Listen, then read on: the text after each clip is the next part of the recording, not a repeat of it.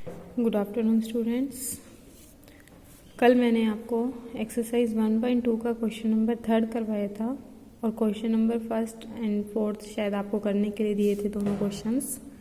आज मैं आपको क्वेश्चन नंबर 2 करवाती हूँ और बाकी बचे हुए क्वेश्चंस आप ट्राई करना। तो स्टूडेंट्स, अब आज आप पूरी एक्सरसाइज कंप्लीट कर लेना। अगर किसी स्टूडेंट को कोई भी प्रॉब्लम आती है तो आप मुझे मैसेज कर देना। हम अब स्टार्ट करते हैं क्वेश्चन नंबर 2। देखो क्या है, proof that length of semi axis. Length of axis आपको निकालना मैंने सिखा दिया है। सेमी का मतलब उनको 2 से डिवाइड कर दे रहा, मीन्स हाफ एक्सिस की आपको लेंथ निकालनी है। कोनिक आपको दे रखा है, क्या कोनिक है, ax² + 2hxy + ay² is equal to D. ax² + 2hxy + ay² is equal to D.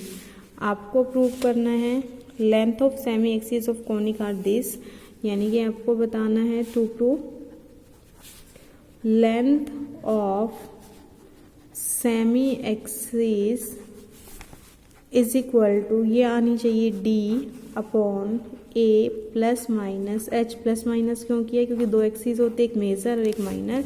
एक की लेंथ प्लस के साथ आ जाएगी, एक की माइनस के साथ। And there equation is, means there का मतलब किसके लिए है, एक्सिस के लिए। तो आपको क्या निकालना है, सेकेंड पार्ट में निकालना है इक्वेशन ऑफ एक्सिस आर। क्या इक्वेशन है, x² - y² is equal to 0। तो स्टूडेंट्स, जिस तरह से मैंने आपको कल क्वेश्चन नंबर 3 करवाया था बिल्कुल उसी तरह से करते हैं, ठीक है। देखो स्टूडेंट, सबसे पहले हम करते हैं नेचर फाइंड आउट। यहाँ नेचर देखो पूछा नहीं गया है। दूसरा, अगर मेरे पास न्यूमेरिकल वैल्यूज़ होती तो मैं नेचर निकाल भी लेती, बट यहाँ ऐसा कुछ भी नहीं दे रखा। तो मैं डेल्टा की वैल्यू को किस तरह से बताऊंगी, ये पॉजिटिव है, नेगेटिव है या 0 है, नहीं है। और फिर आप निकालते हो AB - h², वो भी नहीं पता लग सकता। दूसरा, हमें यह रिक्वायरमेंट भी नहीं है कि मैं ज़रूर है निकालूँ। न्यूमेरिकल क्वेश्चन में तो आप ज़रूर निकाल लेना, क्योंकि नेचर निकालने से आपको ये पता लग जाता है एलिप्स है या हाइपरबोला है। वहाँ से आपको ये भी कंक्लूजन निकल जाता है कि आर्क स्क्वायर की दोनों की दोनों वैल्यू पॉजिटिव आएगी, या फिर एक पॉजिटिव आएगी एक नेगेटिव आएगी। बहुत हेल्प मिल जाती है, बट यहाँ ज़रूरत नहीं है। नेक्स्ट काम होता है आपका नेचर निकालने के बाद सेंटर निकालना। और सेंटर निकालने के बाद निकालते हो equation of conic refer to centre as origin. देखो, जब equation of conic refer to centre और ओरिजिन निकालते हो तो आप लिखते हो ax² + 2hxy + by² + c1 is equal to 0। फिर c1 को राइट पे लेके जाते हो, c1 से डिवाइड कर देते हो, इक्वल टू 1 आ जाता है। तो स्टूडेंट्स, ये गिवन इक्वेशन को जरा देखो, ये ऑलरेडी ऐसी इक्वेशन है जिसका सेंटर ओरिजिन है। आप चाहो तो यहाँ आप x1 y1 निकाल के देखना, जैसे मैंने बाकी क्वेश्चन में आपको बताया सेंटर निकालना। एक बार x के रिस्पेक्ट में डिफरेंशिएट करना, एक बार y के रिस्पेक्ट में डिफरेंशिएट करना, सेंटर निकालना, वो वैल्यू आपकी 0 आ जाएंगी अपने आप। क्योंकि देखो, मैंने आपको स्टार्टिंग से ही ये बताने लग रही हूँ कि जहाँ पर भी आपके पास x वाली टर्म ना हो, y वाली टर्म ना हो, इट मीन्स उसका सेंटर ओरिजिन है। देखो, ना यहाँ x की टर्म है ना यहाँ y की टर्म है, तो सेंटर इसका ऑलरेडी ओरिजिन है। तो आपको वो काम करने की ज़रूरत नहीं है ax² + 2hxy + by² + c1 equal to 0।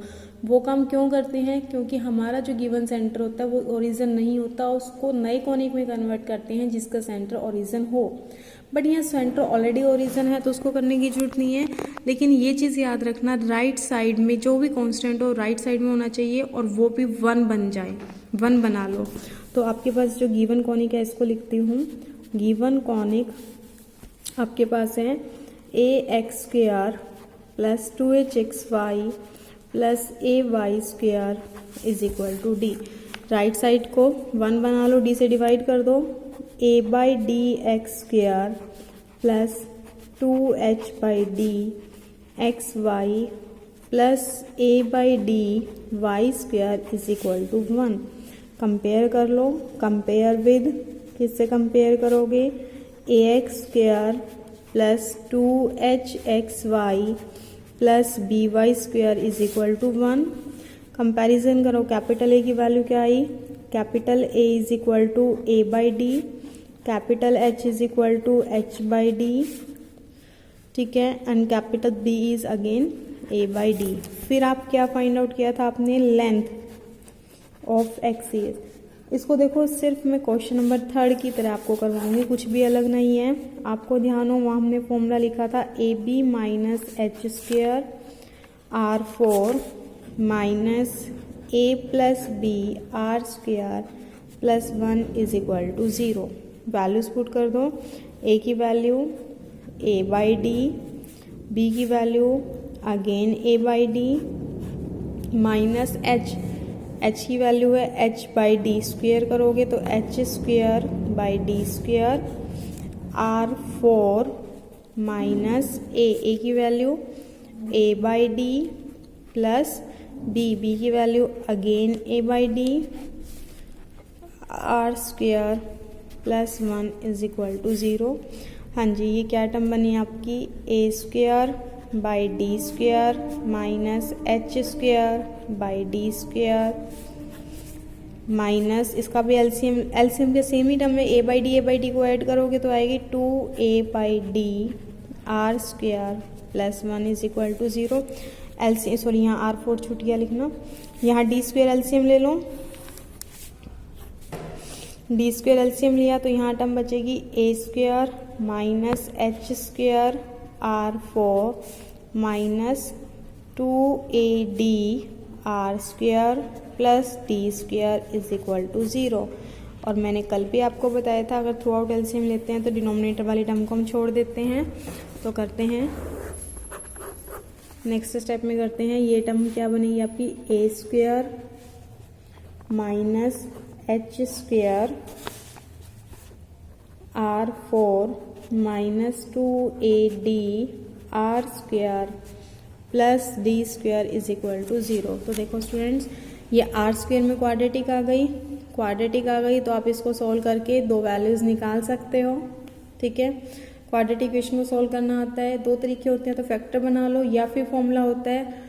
अगर आपकी इक्वेशन है A X square plus B X plus C तो आप लिखते हो एक्स इज इक्वल टू, देखो आप क्वाड्रेटिक इक्वेशन में फॉर्मूला लगाते हो ना, X is equal to minus B plus minus under root B square minus 4ac by 2a। ठीक है, यही फॉर्मूला मैं लगाती हूँ। एक्स की जगह R square is equal to minus B क्या होता है, आप इक्वेशन लेते हो A X square plus B X plus C is equal to 0 means X के साथ वाली टर्म इज बी। यहाँ आर स्क्वेयर के साथ क्या टर्म है, minus 2AD plus minus under root B square करोगे तो कितना आएगा 4a square D square minus 4a क्या होता है एक्स स्क्वेयर कोफिशिएंट, तो ए की जगह है हमारे पास A square minus H square and C की जगह है आपके पास डी स्क्वेयर। सॉल्व कर लेते हैं बाई 2a रह गया, 2a की वैल्यू कितनी है ए स्क्वेयर माइनस एच स्क्वेयर। तो इसको सॉल्व करते हैं, minus minus plus 2AD plus minus under root 4a square D square, इसमें देखो 4d स्क्वेयर है, इसको मल्टीप्लाई करो अंदर तो minus 4a square D square plus 4h square D square divided by 2a square minus H square. देखो ये दोनों टर्म्स कैंसिल आउट हो गई, 2AD plus minus under root 4h square D square divided by 2a square minus H square that is 2AD plus minus under root ले लो 2HD divided by 2, यहाँ भी a minus b का a square minus b square का formula put कर दो, a minus b a plus b, ऊपर से 2 common ले लो 2d भी कॉमन आ जाएगा, अंदर क्या बचेगा a plus minus H divided by 2a minus H a plus H, 2 से 2 कैंसिल आउट हो गया। देखो आर स्क्वेयर की दो वैल्यूज आ गई, एक प्लस साइन के साथ ले लो, एक माइनस साइन के साथ। एक बार प्लस साइन के साथ लो, a plus H divided by a minus H a plus H. ठीक है, दूसरी वैल्यू माइनस साइन के साथ ले लो, d into a minus H, ये वाली वैल्यू एक बार प्लस के साथ एक बार माइनस के साथ, a minus H a plus h.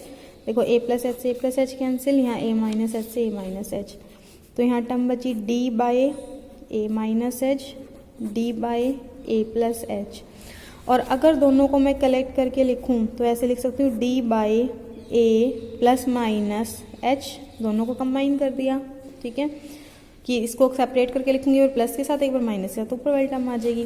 तो ये आर स्क्वायर की वैल्यू आई, आर की वैल्यू निकाल लो यहाँ से। This implies r is equal to, ये वैल्यू थी आर स्क्वायर की, आर लिखूंगी तो आपके पास रूट आ जाएगा d by a plus minus H.